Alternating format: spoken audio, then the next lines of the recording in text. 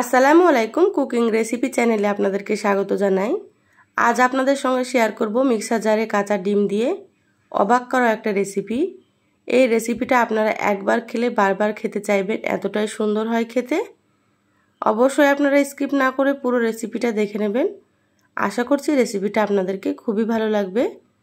আমার চ্যানেলে নতুন হলে চ্যানেলটা সাবস্ক্রাইব করার অনুরোধ রইল। বেল বাটন অন করে রাখবেন পরবর্তী ভিডিওর নোটিফিকেশন পাওয়ার জন্য। চলুন কথা না বাড়িয়ে রেসিপিটা শুরু করি। এখানে দেখুন একটা মিক্সার জার নিয়েছি, বাটিতে একটা করে ডিম ভেঙে আমি মিক্সার জারে নিয়ে নিয়েছি। তো এখানে আমি 4টে ডিম নিয়ে নেব। আপনারা যতটা বানাতে চান সেইভাবে ডিম নিয়ে নেবেন। দিয়ে দিলাম স্বাদ মতো লবণ, সামান্য একটু দিয়ে দিলাম গোলমরিচের গুঁড়ো। এবার 1 মিনিট মতো আমি ব্লেন্ড করে নেব। তো ব্লেন্ড করে নিয়ে ফিরে আসছি। দেখুন ব্লেন্ড করে নিয়েছি। এবার আমি এটাকে সাইডে রেখে দিচ্ছি। এখানে দেখুন এবার আমি একটা টিফিন কৌটো নিয়েছি। এখানে 1 চামচ মতো দিয়ে দিলাম সরষের তেল।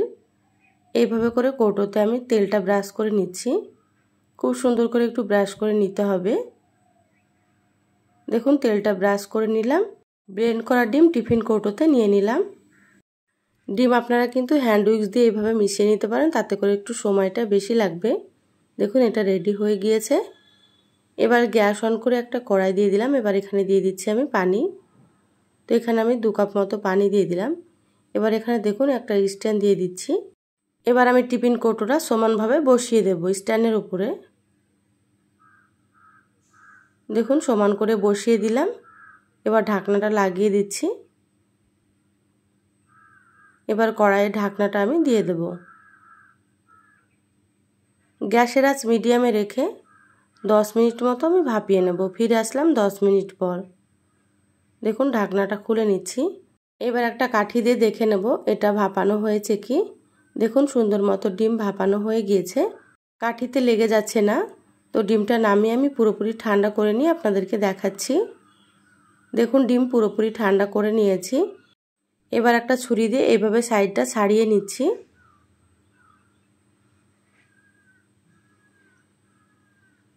এবার পিস পিস করে কেটে নেব। তো এখানে আমি চৌকো শেপে কেটে নিচ্ছি। আপনারা আপনাদের পছন্দ মতো সাইজ করে কেটে নিতে পারেন। যারা ভিডিওটি দেখছেন একটা লাইক দিয়ে ভিডিওটি কন্টিনিউ করবেন। আপনাদের একটা লাইক পরবর্তী ভিডিও বানাতে আমাকে অনেক উৎসাহ জাগায়। দেখুন এরকম চৌকো শেপে কেটে নিয়েছি, আর কতটা সুন্দর হয়েছে দেখুন। এগুলোকে আমি সাইডে রেখে দিচ্ছি। এবার গ্যাস অন করে একটা কড়াই দিয়ে দিলাম। দিয়ে দিচ্ছি এখানে আমি সরষের তেল। তা আমি রান্নাটা সরষের তেলে করব, আপনারা চাইলে সাদা তেলে করতে পারেন। এখানে আমি 2 টেবিল চামচ সরষের তেল দিয়ে দিলাম। আর এখানে আমি দিয়ে দিলাম 1/2 চামচ কালো জিরা।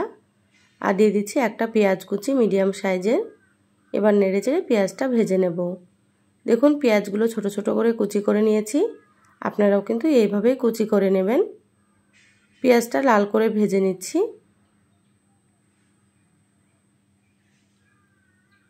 দেখুন পেঁয়াজ ভাজা হয়ে গিয়েছে। এবার এখানে দিয়ে দিলাম 1/2 চামচ আদা বাটা।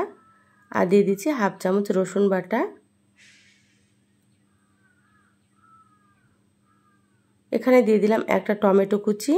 আর দিয়ে দিচ্ছি স্বাদ মতো লবণ। তো লবণটা এখানে বুঝে ব্যবহার করতে হবে, কারণ ডিম ভাপানোর সময় আমি কিন্তু লবণ দিয়েছিলাম, সেটা বুঝে আমি এখানে লবণটা দিয়ে দিলাম। এবার নেড়েচেড়ে একটু ভেজে নেব আদা রসুনের কাঁচা গন্ধ চলে যাওয়া পর্যন্ত।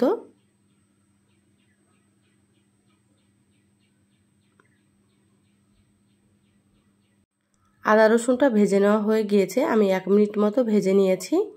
এবার আমি এখানে দিয়ে দিলাম সামান্য লাল মরিচের গুঁড়ো। এখানে আমি কাঁচামরিচ ব্যবহার করব, সেজন্য সামান্য পরিমাণে দিয়ে দিলাম। আপনারা যেমন ঝাল খাবেন সেইভাবে করে মরিচ ব্যবহার করবেন। দিয়ে দিলাম 1/2 চা চামচ জিরা গুঁড়ো। 1/2 চা চামচ দিয়ে দিচ্ছি ধনিয়া গুঁড়ো। আর 1/2 চা চামচ দিয়ে দিলাম এখানে কাশ্মীরি মরিচের গুঁড়ো।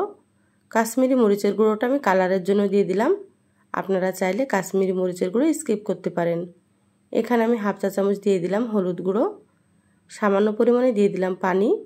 তো এখানে অবশ্যই একটু পানি দিতে হবে, না হলে শুকনো মশলাগুলো পুড়ে যাবে। এবার গ্যাসের আঁচ মিডিয়ামে রেখে মশলার সময় নিয়ে কষিয়ে নিতে হবে। এবার এখানে দেখুন আমি 2টো আলু কেটে নিয়েছি ডুমো ডুমো করে। আমি এখানে আলু দিয়ে রান্না করব, আপনারা চাইলে আলু ছাড়াও কিন্তু রান্না করতে পারেন। এবার নেড়েচেড়ে মশলা আর আলু একসাথে খুব ভালোভাবে কষিয়ে নেব। আপনারা চাইলে আলুটাকে প্রথমে ভেজে নিয়ে তারপরে এইভাবে রান্না করতে পারেন। তা আমি আজকে আলু না ভেজেই রান্না করব, এইভাবে মশলার সাথে কষিয়ে। ঢাকা দিয়ে দিলাম 5 মিনিটের জন্য। গ্যাসের আঁচটা মিডিয়ামে রেখেছি। 5 মিনিট পর ঢাকাটা খুলে নিলাম। দেখুন খুব ভালোভাবে কষানো হয়ে গিয়েছে, আস্তে আস্তে তেল ছাড়তে শুরু হয়েছে, দেখতেই পাচ্ছেন। এইভাবে করে আপনারা একটু সময় নিয়ে কষিয়ে নেবেন। আমার চ্যানেলে আরও অনেক রেসিপি আছে, চাইলে আপনারা আমার রেসিপিগুলো দেখে আসতে পারেন। কিছু রেসিপির লিঙ্ক আমি আই বাটনে দিয়ে দেবো, আপনারা সেখান থেকেও দেখে নিতে পারেন। এবার আমি এখানে ডিমগুলো দিয়ে দিচ্ছি। আর এই ডিমগুলো কিন্তু খুব সুন্দর নরম হয় আর খেতে বেশ ভালো লাগে। আপনারা এইভাবে একবার রান্না করে খেয়ে দেখতে পারেন। ডিমগুলো আমি 1 মিনিট মতো খুব ভালোভাবে নেড়েচেড়ে একটু কষিয়ে নেব। আমার চ্যানেলে যারা নতুন এসেছেন, রেসিপিটা যদি আপনাদেরকে ভালো লাগে প্লিজ আমার চ্যানেলটা সাবস্ক্রাইব করে চ্যানেলের সাথেই থাকবেন। বেল বাটন অন করে রাখবেন, তাতে করে আমি যখনই ভিডিও আপলোড করব আপনারা সবার প্রথমে নোটিফিকেশান পেয়ে যাবেন। দেখুন খুব ভালোভাবে একটু কষিয়ে নিলাম। এবার আমি এখানে দিয়ে দিলাম পরিমাণ মতো ঝোলের পানি। নেড়েচেড়ে খুব ভালোভাবে একটু মিশিয়ে নিচ্ছি। এবার আমি এখানে দিয়ে দিচ্ছি 4টে চেরা কাঁচামরিচ। এই পর্যায়ে কাঁচামরিচটা দিলে ফ্লেভারটা কিন্তু খুবই সুন্দর আসে। এবার আমি ঢাকা দিয়ে 10 মিনিট রান্না করে নেব। তো ফিরে আসছি 10 মিনিট পর। মাঝে ঢাকা খুলে একটু নেড়েচেড়ে নিয়েছি। এবার দেখে নেব এগুলো সেদ্ধ হয়েছে কি। আলুগুলো খুব সুন্দর মতো সেদ্ধ হয়ে গিয়েছে আর ডিমগুলো অনেকটাই বড় বড় হয়ে গিয়েছে, দেখতেই পাচ্ছেন। এইভাবে রান্না করে নিতে হবে। এবার আমি এখানে দিয়ে দিচ্ছি সামান্য পরিমাণে একটু গরম মশলার গুঁড়ো। গরম মশলার গুঁড়ো দিলে ফ্লেভারটা কিন্তু খুবই ভালো আসে। আপনারা চাইলে এখানে গরম মশলার পরিবর্তে ভাজা জিরার গুঁড়া দিতে পারেন। এবার নেড়েচেড়ে মশলাটা খুব ভালোভাবে মিশিয়ে নেব।